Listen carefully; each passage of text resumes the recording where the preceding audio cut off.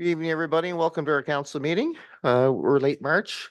Director Dollamont tells me that the winter season is almost over, and I think tomorrow, 36 tonight. 12:06 or 36? 12:36 tonight, and we'll be doing the happy dance.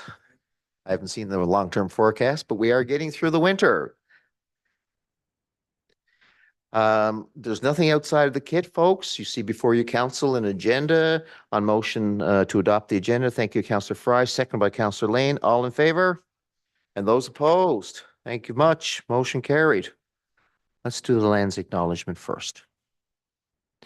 We begin today's public council meeting by respectfully acknowledging the province of Newfoundland and Labrador as the ancestral homelands of many diverse populations of Indigenous peoples, including the Beothuk, who have contributed to 9,000 years of history on the island of Newfoundland. Today, this province is home to diverse populations of Indigenous and other people. We acknowledge with respect the diverse histories and cultures of the Mi'kmaq, Innu, and Inuit. We honor this beautiful land together as we strive for collective healing and true reconciliation. The minutes are there from March 5th. Council, before we adopt those minutes and do business arising, are there any errors or omissions?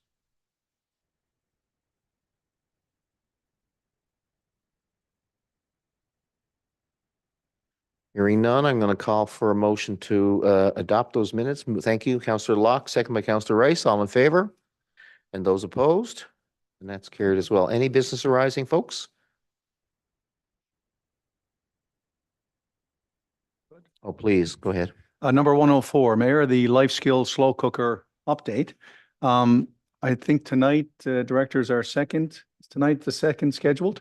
I know my council colleagues and senior staff know that I attended the first one, with my my grandson. I was very impressed with the instructor.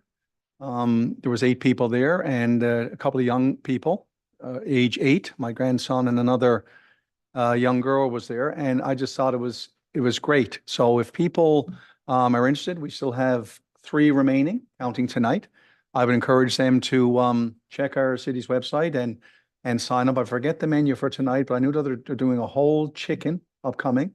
Mariana sauce is another one, but I forget what the third recipe was because my grandson wanted to do all 3 of them. So they were a big hit, and I encourage people. It's a $10 charge, which provides all the ingredients, and you even get to sample, the meal once it's all done. So I just want to thank Director Collins and his staff for putting this off. I think it's a great event, and I hope more people get out and enjoy it.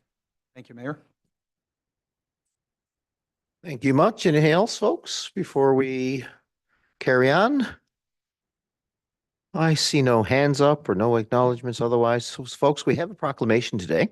It's related to Purple Day for Epilepsy, and I noticed there is some purple in the room today. Councillor Antle, Councillor Rice, and Councillor Mayor Aker, Councillor Fry, and anyway, there was no email, so it's pretty good. And we have 2 guests, both wearing purple, and it's all a good thing. So it's our pleasure to welcome.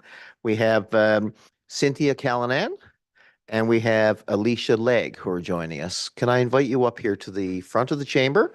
And together, I'll read the proclamation. And if you'd kindly say some words of support and wisdom, we'd greatly appreciate it. Welcome to you both. Good seeing you. Purple Day is a global effort to promote epilepsy awareness in countries around the world. And whereas Purple Day was founded by 9-year-old Cassidy Megan of Nova Scotia, who wanted to let people know that if you have epilepsy, you are not alone.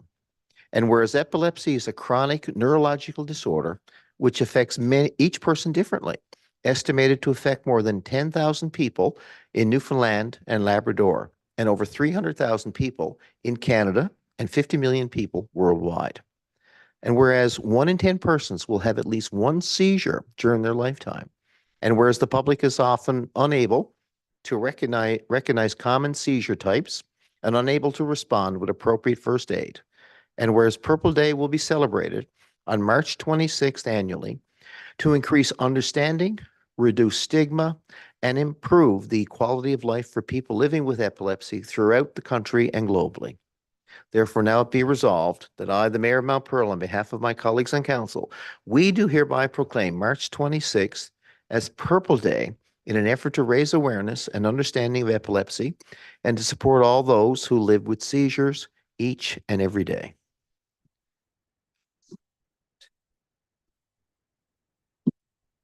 So, we saw some. Let's check the mic first. I'm just wondering there. Are we good? Is that, I think it's on, isn't it?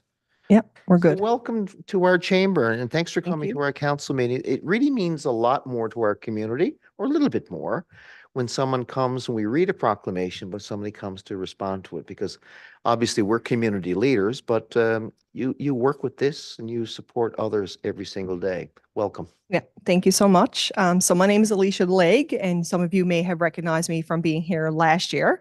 I was the community information officer then, and I'm actually now the executive director of Epilepsy Newfoundland Labrador and have been since August of last year. And this is Cynthia Callanan, and she's one of our long-term members of our organization, and her son Joey lives with epilepsy. He's now 33 years old and recently just joined our board of directors back in November of 2023. So for some new young blood on the board. So we work with people who live with epilepsy and seizure disorders across the province. And as Mayor Aker said, there are over 10,000 people who live with the epilepsy in our province each and every day. So we provide information, resources, and education sessions free of charge to any member of the public who would like to avail of our services. And one of the things that we are truly working on every single day and pushing and encouraging people to do is take seizure first aid training. So one thing that we have found out through our work is that for first responders, bus drivers, people who work with the public every day, is actually not mandatory for them to have that training to serve the public. We're pushing for that to change because seizure first aid is literally life-saving and it takes minutes to learn. If you take standard CPR and first aid training, they do touch on seizures, but they don't go into depth about recovery, how to stay with the person, time a seizure, make sure the person recovers fully, and when and when not to call for EMS or emergency services to respond. So I would encourage you, if you guys know a person, which you probably do, or you are interested, you can contact us anytime for seizure first aid training. Cynthia can certainly speak to the importance of that with her son and his experiences. So Joey has had 5 brain surgeries to control his seizures over his lifetime, and he's now only 33 years old. When he went to Sick Kids Hospital, she was just telling me they had never seen his seizure type before. And every person has gone to the hospital since 2014. They say we now have a new Joey on our hands because he was the first one with that type of seizure. So there are over 40 different types of seizures, and a person can be diagnosed with more than one. So part of the seizure first aid training that we offer is actually helping to recognize the signs and symptoms of a seizure and how to intervene and make sure the person's safe before the seizure even happens. So we're very glad to have Cynthia with us. Joey's on our board, like I said, so we're glad to have him. And I know all of you with your support every year from every council that we speak to that signs a proclamation. You have absolutely no idea how much it means to the people that we work with every day, that we recognize Purple Day, its importance, and that you guys are as involved as you are. The support means everything to us. It really, truly does. And I mean that from the bottom of my heart. I've been with this organization now for 4 years. I absolutely love the work I do, but there is so much more that we can do. And as a community, no matter where we live, we can all work together to improve the services, make it better, and make sure that all of you guys know how to save a life. And that's what our goal is. So thank you for having us. Would you like to say anything? No. We're good? We're good? Thank you. Thought, we are personally. Okay. Not a problem. That's okay. Yep. But we're personally touched here at this table. Some of our family members may have had epilepsy or have had seizures. And of course, we're pretty well, we're all pretty good friends around the table here. And that impacts all of us in the community too, right? So I'd invite my colleagues to speak. I'm pretty sure Councillor Antle with the biggest purplish shirt on in the whole community. Go ahead, Yeah. Councillor Antle, please. Your Worship, thank you very much. Thank you very much, Alicia and Cynthia. Yeah, well, I guess, like my grandson has epilepsy. And we learned, we were thrown into that when he was about 4 years old. You know, and that side wide open. At the time, it was the scariest thing ever happened. You know, we got a call at 3 o'clock in the morning. Well, well, you know, it was such a shock. But once we got used to epilepsy and the training we received, and I think that's the key, the training is that you get used to. We take Lincoln with us now. We always have his medication. It's always in our pocket. We take it. We never know what's going to happen. There's no sign saying it's going to happen like that. You just know it's going to happen. Lincoln was diagnosed with childhood absence epilepsy. That goes off into deep stares, and his breathing drops down. And it's a scary thing to see. You know, my daughter's a nurse, and she made sure she gave the notes. And the biggest thing she told me is, you know, you had to stay calm. If someone having a seizure, you just stay calm, because even though they're having a seizure, they can hear everything that's happening. You know, as you know too, Chelsea, you know, you have to stay calm and pay attention. And a couple of things is keep them safe. You know, make sure there's no things going to hurt themselves. This kind of stuff. It's just little things. You know, protect the head because sometimes you can bang yourself. This kind of stuff. And don't restrain. I mean, that was I was just telling Alicia. That's the biggest thing. You know, don't restrain anybody. Leave them alone. They're okay. All right. And the time to seizure is very important. I learned that. You know, we always have a stopwatch with If Lincoln's under a minute, it's usually he's okay. He's going to wake up. He's going to be confused. He may get sick and this kind of stuff, but he's okay. Right? We have medication. If any longer, then we have to do other things. Right? Time to seizure, and we have to stay with him. Always don't leave him alone. When he wakes up, he's going to be confused. But you know, the biggest thing I find is that awareness. I mean, we're so used to with epilepsy now with Lincoln. And he knows he has epilepsy. He makes sure when we take medication. And he loves the idea that we're late to City Hall. He thinks we're late to City Hall just for him. So next Tuesday night is perfect Tuesday. So I'm going to constantly go outside at 7 o'clock and take a picture and show people that we are supporting. You know, City Hall, we do a lot of work. And I never quite. I did. Thank you very much. Thank you.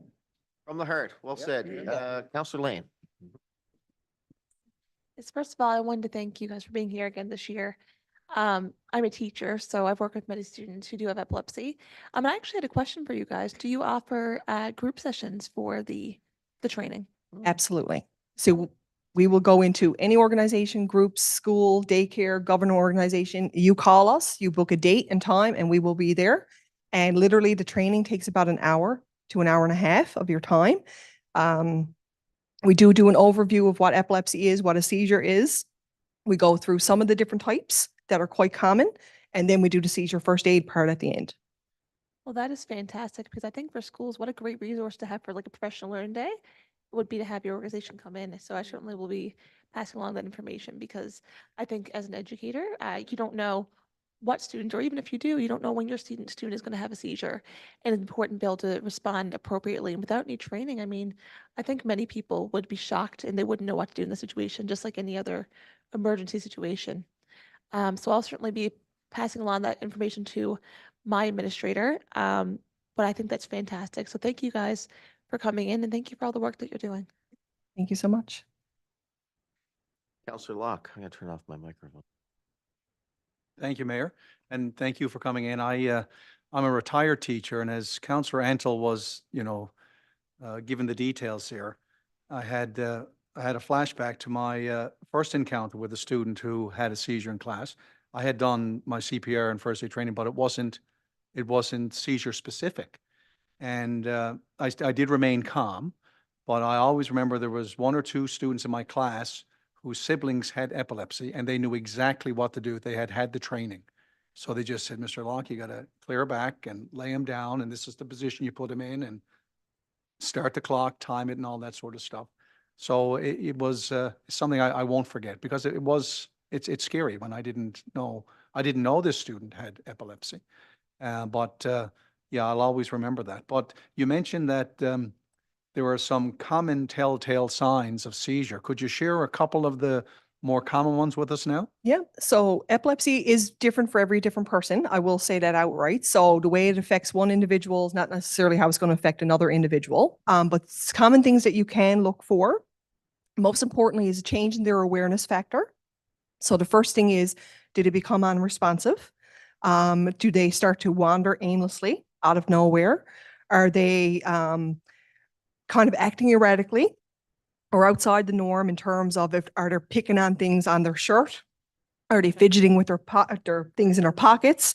Repetitive motions? Are they smacking their lips? Are their eyelids fluttering really rapidly? With a tonic-clonic seizure or convulsive seizure, you're obviously going to see the movements because the person drops and convulses. But with other ones, it could be as subtle as the person may have a twitch or a tick associated, or they may be all of a sudden have like a jolt of their arm or their limb that comes out of nowhere. Some people are aware that the seizure is about to happen, so they can actually turn to you and say, I'm going to have a seizure. And with them, it could be that they hear things differently. So sounds become muffled or voices become muffled or echoey. Some people will get a metallic or a medicinal taste in their mouth with food. Some people will smell things in the environment that actually aren't there. So if you ever heard of a person having a heart attack, they often say they smelled something like burnt toast. It can happen with a person with epilepsy too. So they'll smell smoke, they'll smell like flowers or lilac. Sometimes they even smell sewer, and it's not actually present in the environment, but to them it's very real.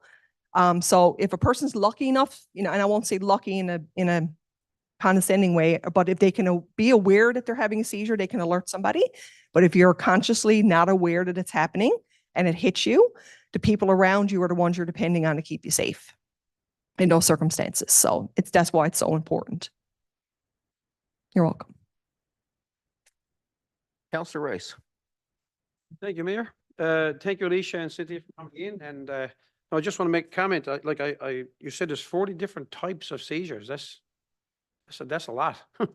So, and the training part. So going back to the training, I mean, I think it's important to just for the awareness of knowing what to do. I think, it's like I guess everything is nice just with the, knowing what to put them in a recovery position and what to do. Like Councillor Locke said, it's great to have people around that know it, but I mean, it's so important also to have that training. Yes. I'd certainly be interested too if you're ever thinking of putting out a session Yeah, somewhere. absolutely. Anytime that any of you are interested, we can come in and train everybody. That's totally free of charge. A service that we offer to the community. But the important thing is, like I said, with that seizure first aid is that you literally are in a position that you can save a person's life. Because seizures can be deadly and people can die from epilepsy. It's called sudden unexpected death due to epilepsy. It's rare, but it does happen. So it's important that if you're in a situation and you see somebody in distress, a lot of times the stigma that our clients face in the community is that they're often mislabeled or it's misconstrued that their person's under the influence of drugs or alcohol because they're, again, displaying certain erratic behaviors or certain things outside the norm, but it actually has nothing to do with drugs or alcohol or mental issues or anything. It's simply that they're having a seizure. So their behavior and stuff, they can't control because they're not aware it's happening. So again, getting that awareness out there. And we don't go into all the seizures because we'd be there for 3.5 weeks probably explaining everything, but we go into the most common ones from childhood up through and just recognizing that a person can have, compound symptoms and things because it can have more than one seizure type as well. Yeah. Councillor Fry.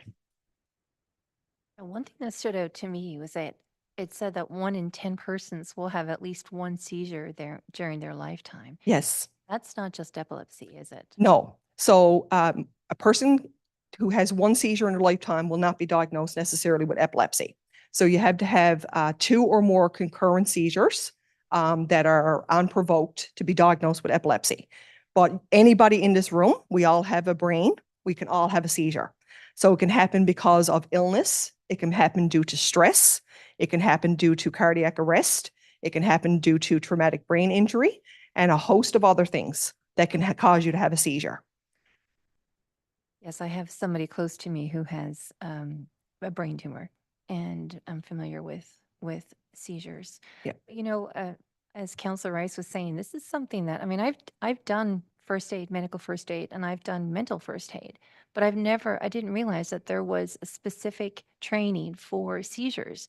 And if 1 in 10 people will experience a seizure in a lifetime, I'd like to have you come in and teach us Mhm. because we attend a lot of events in the community, and it's something that I think Counselor Rice alluded to it as well. It's something that I would definitely want to learn. And thank you so Yeah. much for coming in. This is all really important. Yeah, thank you. And I guess a lot of people probably are not aware that standard first aid and CPR doesn't cover seizures specifically. So when we did our training refresher a year and a half ago, we went in and it was literally the word seizures on a screen. They talked for tonic-clonic seizures for about 2.5 minutes, and that was it. So I wasn't long getting up out of my seat and saying, no, that's not going to fly here. And I literally took over the session and sat down to Red Cross people and said, this is what you have to do. Because if it's not being offered and people don't know that we offer it, that's where your voices come in to tell people and share the message that we can come in and do it for you. And I'd be happy any day to come in. More than happy. Well, thank you both. Thank you so much. Next steps, next week, as Councillor Antle referred to, if you want to come back and join us, we will be not painting the town red, but we'll be painting City Hall purple And we love to see the pictures. that day. And if you would kindly join us for picture now, we can Yes. perhaps do some promotion with social media. Absolutely. Thank you.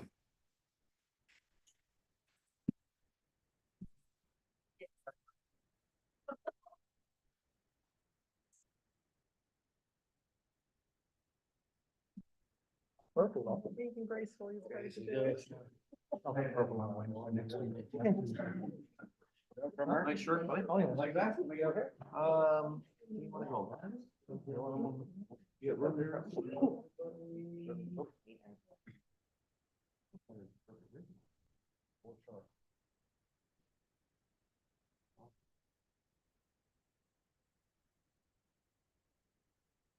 Yeah, that's make a shoreline.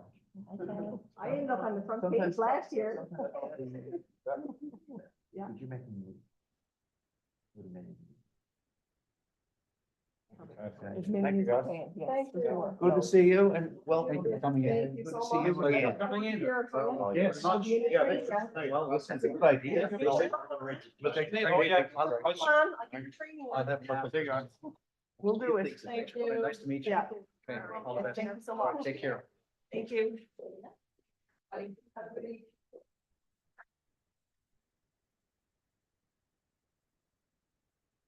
Well.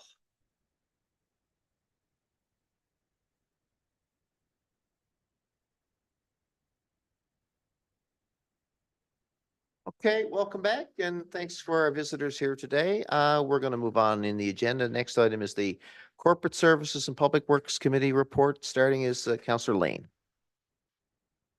Thank you very much. The first thing on our agenda is invoices for approval. Council, as you can see there in your kits. The committee recommends that the following invoices be approved for payment, totaling $640,152 dollars and 63 cents, and I so move. It is moved by Councillor Lane. Thank you. Seconded by Councillor Rice. Any questions, council? Hearing none, all in favor? Those opposed? That's carried. The second item on our agenda is the payment register and purchase card report.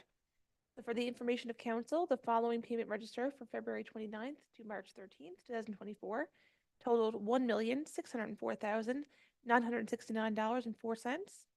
The purchase card report for January 26th to February 25th, 2024 totaled $743,802.80.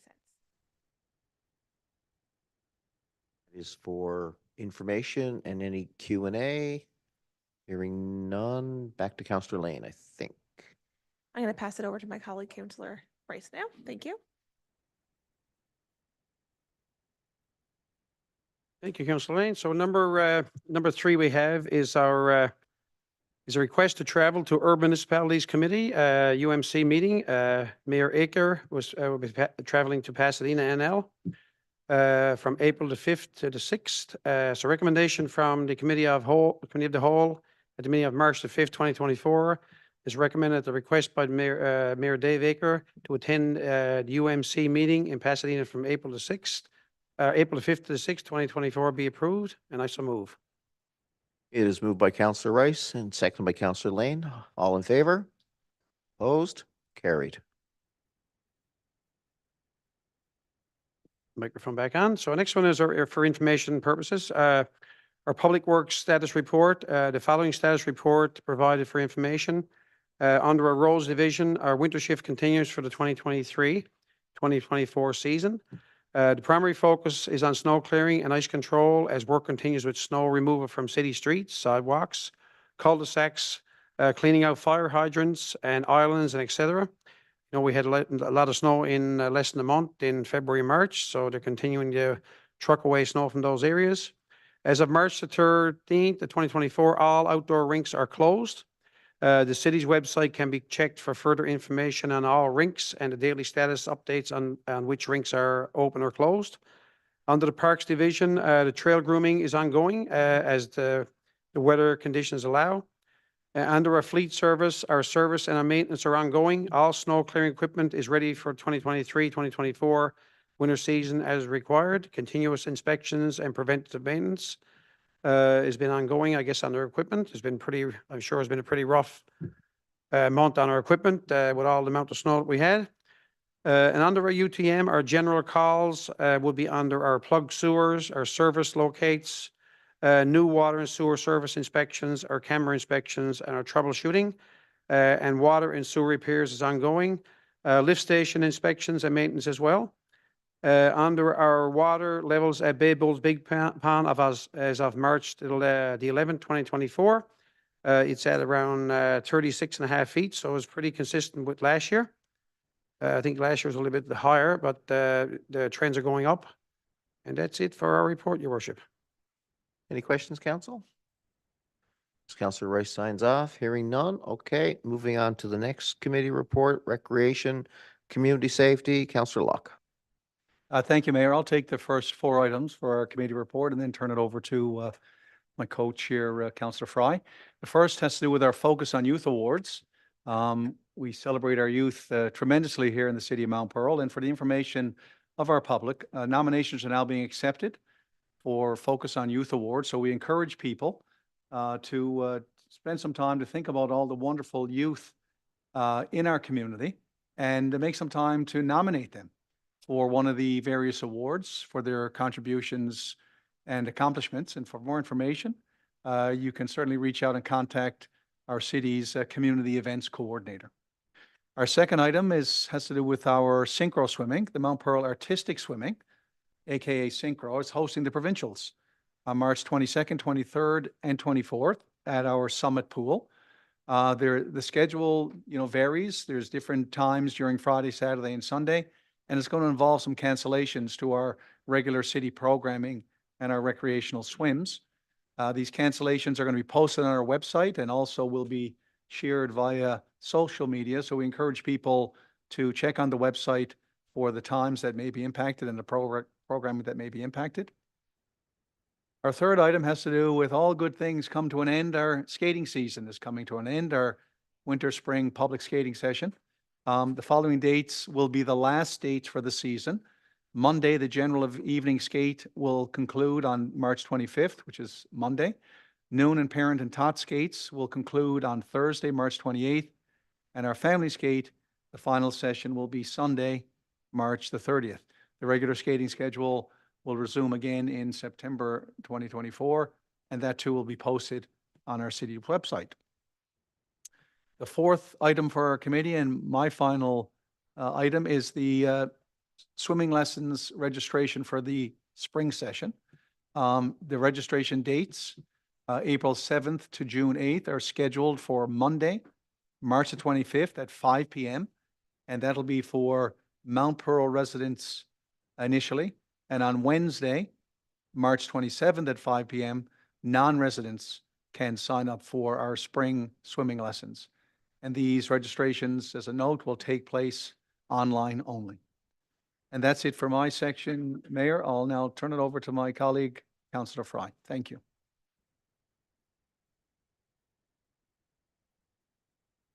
Thank you, Councillor Locke. It's nice to see all these spring things happening now that the clocks have gone ahead. Love it.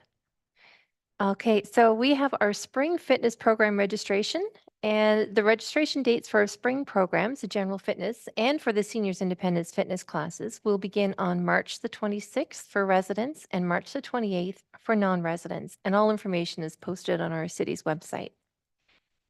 We also have, for the information of public, our summer employment applications for summer day camp and park patrol positions. They're now available on our city's website.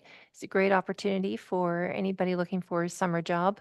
The closing date for summer day camp applications is noted as April the 5th, and the closing date for park patrol applications is April the 26th. So I encourage people to go and to have a look at that. It's a great summer job. We also have our summer day camp registration. So for the information of public, the registration for the summer day camp will commence on Tuesday, May the 7th for Mount Pro residents and Thursday, May the 9th for non-residents. Note that the registration is also online only and space is limited. So these camps will begin on July the 2nd and will run for 8 weeks until August the 23rd. And these camps run daily from Monday to Friday from 8:30 to 4:30. And early drop-off from 7:45 to 8:30 a.m. and late pickup from 4:30 to 5:30 will be available. The fee for each is $5 per child. If a child requires both an early drop-off and a late pickup for the week, it will be an additional $10. And all information relating to the city day camp will be posted on the city's website. And that's it for our report this evening, Your Worship. Thank you. Thank you very much. We're going to turn now to the Planning and Engineering Development Committee report.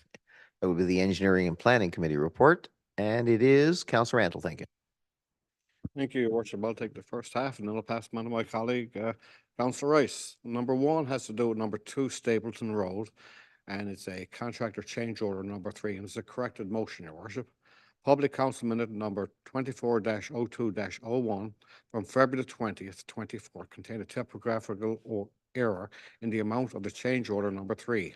The correct amount was stated in the Planning, Engineering and Development Committee report presented to Council for consideration, but the error appeared in the recommendation and motion.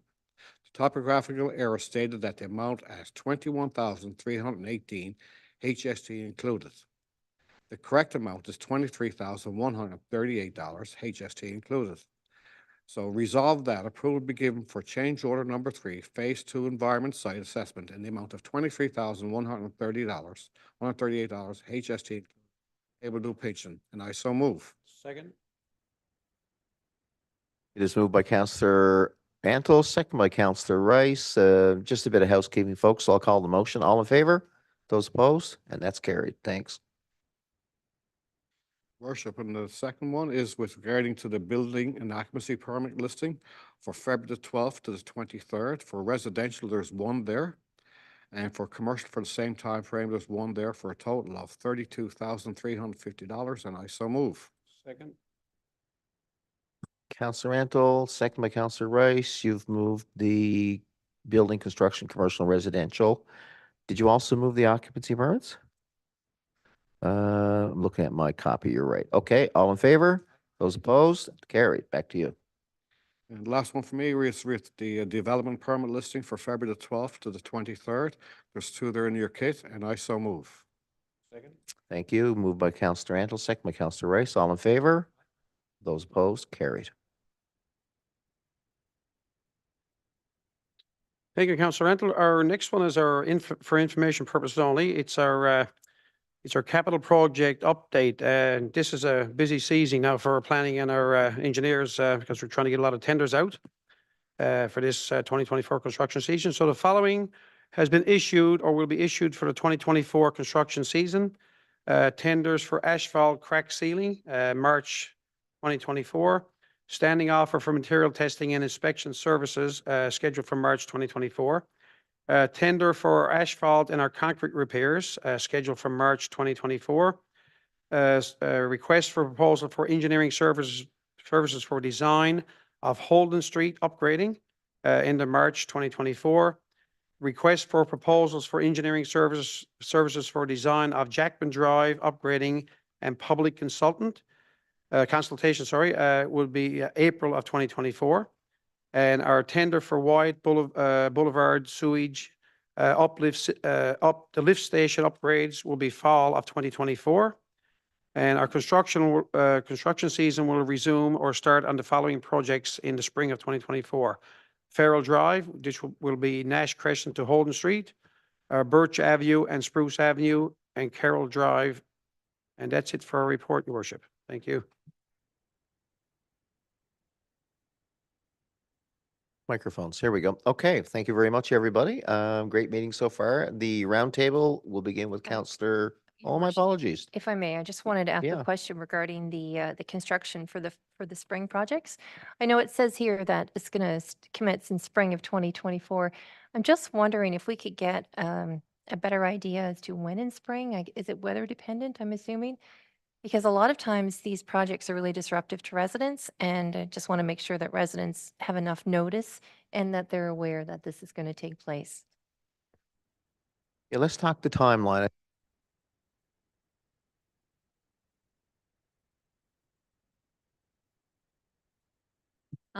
We are in the process of scheduling pre-construction meetings with the contractors, so we'll have an updated schedule likely for the next meeting.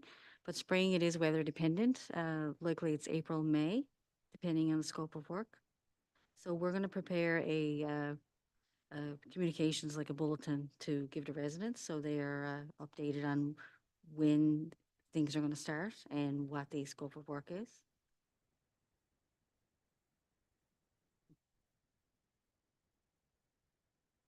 Good. Yeah, I just want to make sure that residents have enough notice, like more than like sufficient notice to be able to prepare. So that sounds great. Thank you. Thank you, Councillor Locke. Thank you, Mayor. Councillor Fry just triggered something in my head. I know some years back, this notification will benefit residents, especially for the residents that are planning to get their driveways completed. Because in past years, they were rather distraught because they paid to get their driveways done. Then they had to do a cut in their driveway once we went in for. So if we know that in advance, I think it's great, to Councillor Fry's point, to communicate that with the residents.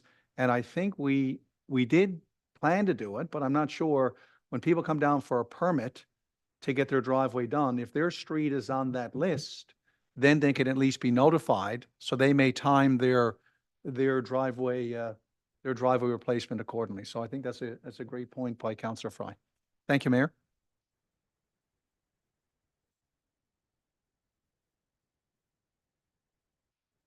All good. Thanks, everybody. Yep. This is what I call, I think, a meeting of change. We're acknowledging that winter is almost over, knock on wood, and spring is near. So we're talking construction as opposed to snow clearing. And hopefully that's the way the conversation goes for the next 6 weeks. Roundtable time, Councillor Lane, please. Thank you very much. Just a few things for me. So we have a lot of great events coming up here in the city of Mount Pearl. So the Mount Pearl Public Library, they put off a lot of great events, especially for kids. And so they have one coming up that's actually being hosted from the Epilepsy Newfoundland Labrador. So coming up on this Saturday, March 23rd at 10:30 a.m., they're having an Easter egg hunt and story time. So that sounds like a great time. So I encourage residents to go and attend that, and that's free as well. AMP is also putting off an event on Monday, March 25th from 1:30 to 4 p.m. It is a seniors painting afternoon. So anyone interested in attending that should contact AMP to register. So it will include painting, and it's for anybody at any ability. An afternoon snack and socialization. So that's another great event that's being hosted. And also the Connect Club of Mount Pearl. They'll be hosting a ladies' night out, which they do have every year for the last several years. This year, there's going to be hosted by Sheila Williams. So it's certainly going to be a great event. It'll be happening on Thursday, May 23rd at the Reed Center. So anyone who's interested in purchasing tickets to that event, you can contact anyone from the Connect Club. Myself and Councillor Fry are actually members of the Connect Club, so certainly feel free to message us if you're interested in tickets. And that'll be it for me this evening. Thank you. Thank you very much. Councillor Fry, over to you. Yeah, there really are wonderful events taking place. Just a couple for me this evening. I wanted to just mention our Seniors Independence Group. They had their St. Patty's Day dance and Irish stew, and it was such a great time. I love that when you go to those events, as soon as the music starts, the dance floor is full. Like, it's such a wonderful organization. And also another organization that do a lot of great work is the Mount Pearl Paradise Chamber of Commerce. And I know we attended their nominee reception for the Best in Business Awards, which is going to take place actually this Thursday. And it's so nice to see the networking and the camaraderie and the work that the chamber does to keep everybody cohesive and excuse me, they do a lot of great networking events and a lot of important events to keep people in the business community together and sharing and just I could go on about them, but they're just a great organization, and I'm really looking forward to the Best in Business Awards that they do, which is coming up on Thursday. Also, I wanted to congratulate Admiralty House on the launch of their Frosty Memoirs, their book launch. That was so nice to see. I mean, 40 years of the Frosty Festival, and it's so important to us, the Frosty Festival, and to have it all captured in a book, it's wonderful to have for future generations. And also, I just want to say a thank you to our staff for organizing the Patty's Day tailgate party at Team Gujuk Complex. And there was a great turnout and feedback was positive. And of course, everybody's happy on St. Patty's Day. But it's wonderful to see so many events. And that's it for me. Thank you. No, thank you. And even better when you can have Patty's Day on a Sunday and a tailgate on Saturday, and you have a whole weekend full of St. Patrick's Day fun. Over to you, Councillor Locke. Thank you, Mayor. It was two great bands as well, the Black Gold and Rum Ragged at our tailgate party. And I was slow to catch on when Councillor Fry and I brought greetings, but the crowd really picked up as the event went on. So, and again, great feedback. When I left, yes, yeah. Yep, respectful workplace policy, Councillor Ansel. Need I remind us? Just kidding. Mayor, I just have two items here. First has to do with the Easter Bunny breakfast and brunch. We're excited to inform the public that both the breakfast and the brunch have been sold out. So there's always great interest in these events. So I'm really looking forward to that. So thank you to all folk who have shown the tremendous interest in this that we have. And also our Easter egg hunt. I think we mentioned this a couple of weeks ago, but just to remind folk that our city's Easter egg hunt is scheduled at Powers Pond. It's going to start on March 25th and end on March the 30th. And residents are encouraged to stay tuned to our social media for prizes and event details. So it should be an exciting time. And those events and details and prizes, they're going to go live this week. And that's it for me, Mayor. I thank you. Thank you. It's an excellent idea, sir. Thank you, Your Worship. There's so many things on the go in our city. Every night there's something on the go. Couple things for me. One of the things is the community pantries. You might see them around the city, those little blue boxes. They're having a fundraiser this Friday night at Landmarsh Brewery. And it starts at 7 o'clock. It's just a tribute. It's a bit of fun. It's tables of 6 for $60. And it starts from 6 till 9:30. And it's hosted by our very own John Rich. So anybody's interested to go, come along. I'm going to be there. I think we have a team. I'm quite interested in going to that. I never.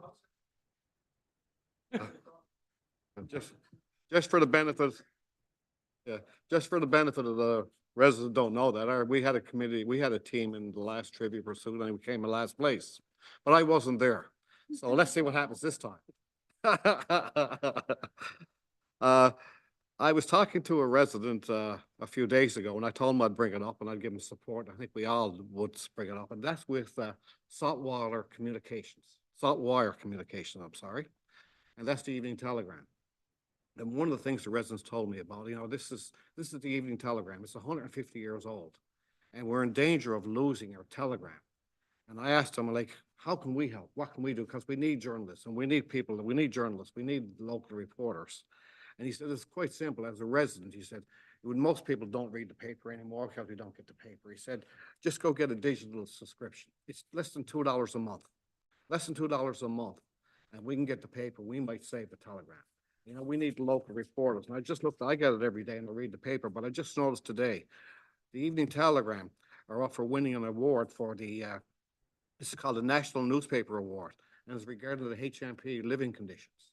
You know, they do so many good stories, and if we lose our local journalists, you know, we don't know how good we got it till we lose them. So for $2 a month, if all residents could just, you know, take a look at that and try to support the paper, and I told them I'd pass that on, I'd certainly do that.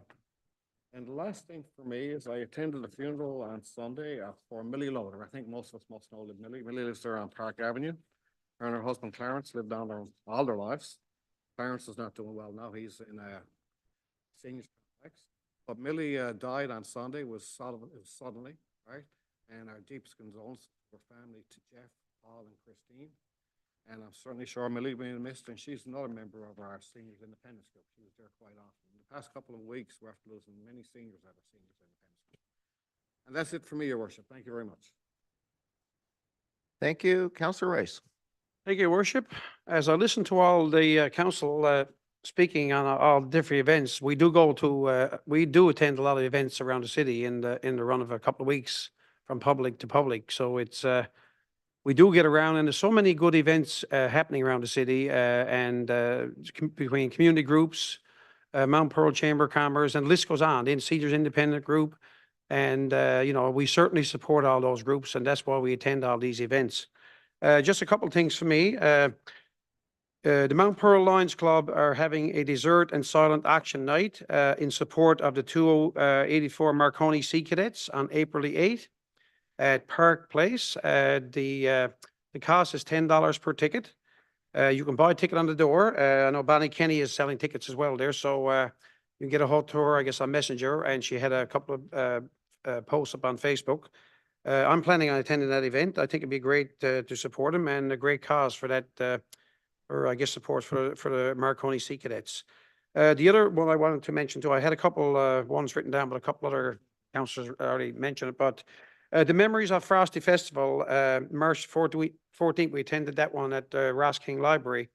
I got chatting with a couple of the you know, the Agnes Murphys and Barb Pridham's up there. And it's something that really caught my eye, and something I think that, I don't know, the city would be, I guess would help with this, but they have so much information at their own homes, in their own basements, that they've collected over the years. And the conversation was there at one point as, we'd like to be able to share it with somebody, or we'd like to be able to put it in some kind of archive, or will the city take it? And I said, I don't know. I said, but I can certainly ask the question what we could do to help them. Because I mean, we have 42 years of history, and a lot of those people that are around now have been the first people that, you know, were there. And I see some of the pictures that's in the book, 56 people, I think, on the committee there at one point. But a lot of those people are the builders of Frosty Festival, and it's a phenomenal event for the city of Mount Pearl. So I'd just like to see, I guess, eventually have that archived somewhere, either at one of our city buildings. And I think it'd be great to connect with them and find out what we're going to do with them. So it's just another point of information, I guess, for now. Thank you. Thank you very much. I have nothing further to add. I think you touched on a lot of what's going on in our community. We did some great work here today. We look forward to the next council meeting, but I'd just like to call for a motion now to adjourn. And thank you. Moved by Councillor Fry and seconded by Councillor Rice.